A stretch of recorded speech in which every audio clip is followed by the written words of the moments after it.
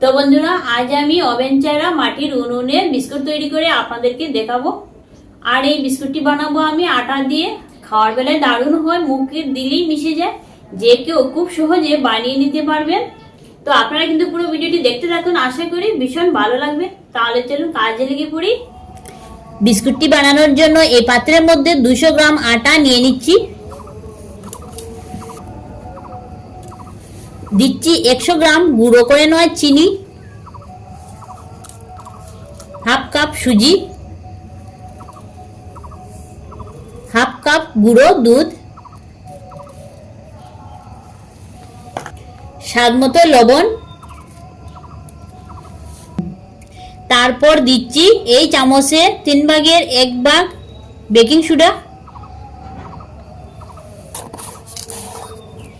দিচ্ছি এই চামচের হাফ চামচ বেকিং পাউডার। এবারে সব উপকরণগুলো ভালো মতো মিশিয়ে নিব।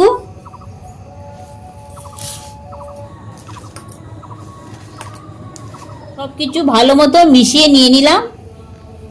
এই বিস্কুটটি বানাতে জল ব্যবহার করা যাবে না, তেল, ঘি বা ডালডা দিয়ে বানানো যাবে। আমি এখানে 100 গ্রাম সাদা তেল দিয়ে দিচ্ছি, প্রয়োজন হলে পরে দিয়ে দিব। এখন রুটির মতো একটা সফট ডো বানিয়ে নিব।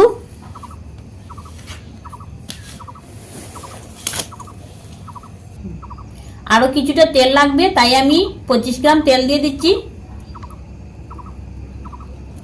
এবারে কিন্তু বিস্কুটের জন্য ডোটা পারফেক্ট তৈরি হয়ে যাবে।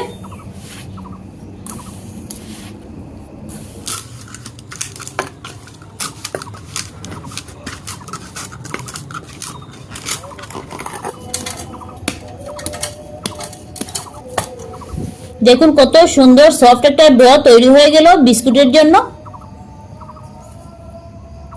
কিছু সময়ের জন্য রেস্টে রেখে দিচ্ছি, দ্বিতীয় পর্যায়ে কাজটা সেরে নিব। এবারে বিস্কুটটি বেক দেওয়ার জন্য পাত্রটি তৈরি করে নিব। এইরকম সাইজের দুটো স্টিলের থালা নিয়েছি। এর মধ্যে সাদা তেল ব্রাশ করে নিব।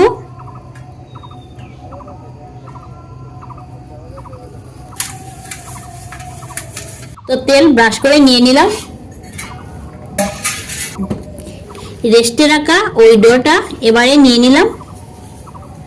এই ডোটা থেকে এরকম সাইজের একটা লেচি নিয়ে নিলাম। তারপর হাতের সাহায্যে এইভাবে গোল করে নিচ্ছি।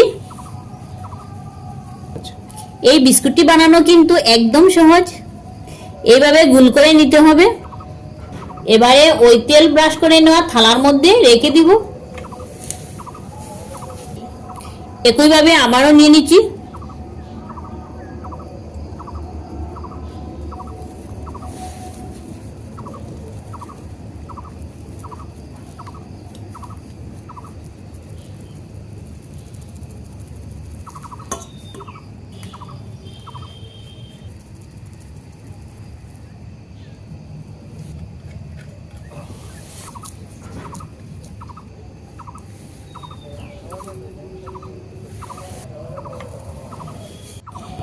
একটি থালার মধ্যে মোট 4 পিস নিয়ে নিলাম। এর চেয়ে বেশি নিয়ে নিলে বেক হওয়ার সময় একটি গায়ে আরেকটি লেগে যাবে, তার জন্য 4 পিস করে নিয়ে নিলাম।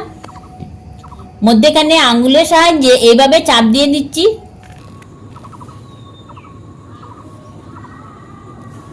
এবারে এর মধ্যে একটি একটি করে বাদাম রেখে দিব।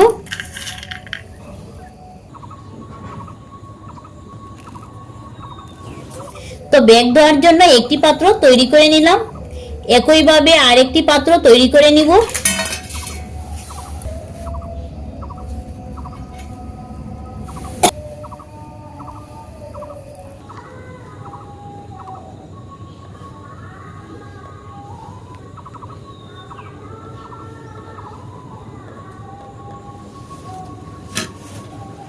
তো বিস্কুটটি বেক দেওয়ার জন্য দুটো পাত্র আমি তৈরি করে নিলাম। এবারে উনুনটা ধরিয়ে নিব। তো উনুনটা ধরিয়ে নিলাম। এরকম একটা পাত্র উনুনের মধ্যে চাপিয়ে দিচ্ছি। তারপর কিছুটা বালি এর মধ্যে দিয়ে দিচ্ছি। এইরকম একটা স্ট্যান্ড এর মধ্যে রেখে দিচ্ছি। 5 মিনিটের জন্য চাপা দিয়ে রেখে দিচ্ছি, বালিটা গরম হয়ে যাক। 5 মিনিট পর চাপাটা সরিয়ে নিচ্ছি। বিস্কুটের এই পাত্রটি এর মধ্যে বসিয়ে দিব বেক হওয়ার জন্য। চাপা দিয়ে দিচ্ছি। তো বিস্কুটটি বেক হওয়ার জন্য একটি পাত্র আমি বসিয়ে দিলাম। সময় লাগবে মাত্র 25 মিনিট। উনুনের আঁচটা মিডিয়াম টু লো ফ্লেমে রেখে এই কাজটা করে নিতে হবে। তো 25 মিনিট পর ফিরে আসছি। তো 25 মিনিট পর এখন আমি চাপাটা সরিয়ে দেখে নিব বিস্কুটটা কিরকম হলো।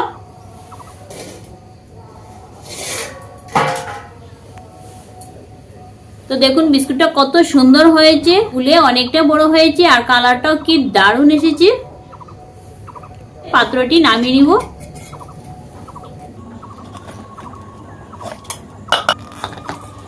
তো নামিয়ে নিলাম। ঠান্ডা হওয়ার পর এই পাত্র থেকে সরিয়ে নিব। গরম অবস্থায় হাত দিলে বিস্কুটটি কিন্তু ভেঙে যাবে, তার জন্য ঠান্ডা হওয়ার পর সরিয়ে নিলে ভালো হবে। এই পাত্রটিও একইভাবে বসিয়ে দিচ্ছি।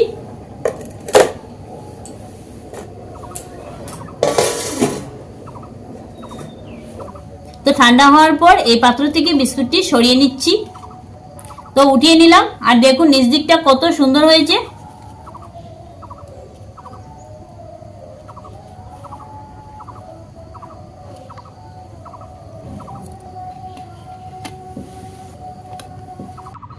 এভাবে আমি সবগুলো বিস্কুট বেক দিয়ে নামিয়ে নিব, তারপর ফিরে আসছি।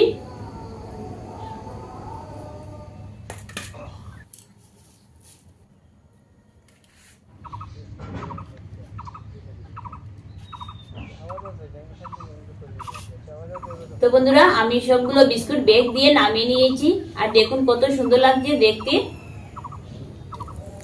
দেখুন বুঝাই যাচ্ছে না যে এই বিস্কুটগুলো ঘরে তৈরি করা হয়েছে।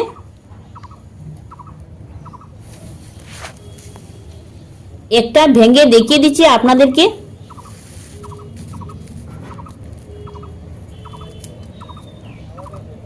দেখুন ভেতরটা কত সুন্দর হয়েছে আর এত সফট হয়েছে, মুখে দিলেই মিশে যাবে।